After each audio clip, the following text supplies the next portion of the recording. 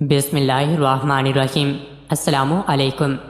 حضرت بایزید بسطامی رحمۃ اللہ تعالی علیہ جب نماز پڑھتے تو اللہ تعالیٰ کے خوف اور شریعت مطہرہ کی تعظیم کے سبب آپ کے سینے کی ہڈیوں سے چرچراہٹ کی آواز نکلتی جو لوگوں کو سنائی دیتی۔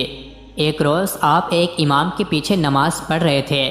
جب نماز سے فارغ ہوئے تو امام صاحب نے آپ سے پوچھا، اے شیخ، آپ کوئی کام نہیں کرتے اور نہ ہی کسی کے معاملے میں دستے سوال دراز کرتے ہیں، آپ کھاتے کہاں سے ہیں؟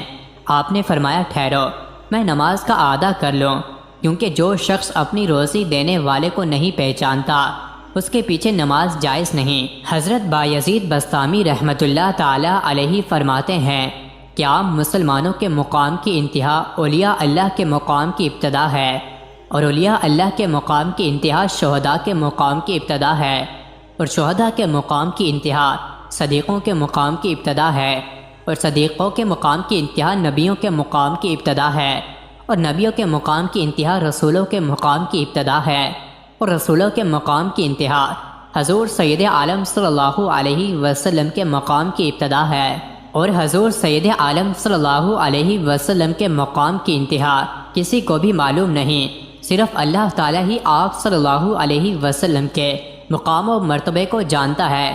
حضرت بایزید بسطامی رحمۃ اللہ علیہ نے ایک رات عالم بے خودی میں کہہ دیا کہ میں خدا میں ہوں، میری پرستش کرو۔ صبح جب اٹھے تو مریدوں نے عرض کیا کہ حضرت رات کو آپ نے یہ کلمہ منہ سے نکالا۔ آپ رحمۃ اللہ علیہ نے فرمایا، اگر مجھے یہ دوبارہ کہتے ہوئے سنو تو فوراً چھریاں لے کر مجھے پارا پارا کر دو۔ اللہ تعالیٰ تو جسم سے پاک ہے اور میں جسم رکھتا ہوں، اگر میں پھر کہوں تو مجھے قتل کر ڈالو۔ چنانچہ ایک دفعہ پھر حضرت بایزید بسطامی رحمۃ اللہ علیہ پر وہی حالت طاری ہو گئی۔ عشق نے ان پر غلبہ کیا تو زبان سے یہ الفاظ نکلے جسے سنتے ہی مرید دیوانہ وار جھپٹے اور آپ کے جسم میں چھریاں مارنے لگے، مگر آپ کے جسم کے جس مقام پر کوئی چھری چلاتا اس کے جسم کا وہی حصہ کٹ جاتا، اور شیخ کے جسم پر کوئی اثر نہ ہوتا۔ جس نے گلے پر خنجر چلایا تو اس کا گلا کٹ گیا، جس نے سینے پر چھری کا وار کیا چھری اس کے سینے سے پار ہو گئی۔ الغرض سب حملہ آور مرید اپنے ہاتھوں مارے گئے، کشتوں کے پشتے لگ گئے، فرش خون سے سرخ ہو گیا۔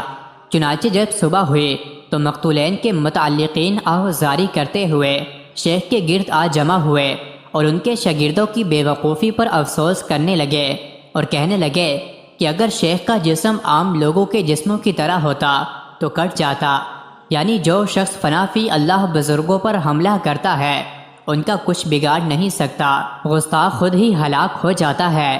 مزید ایسے ہی ویڈیوز کے لیے چینل کو ضرور سبسکرائب کریں۔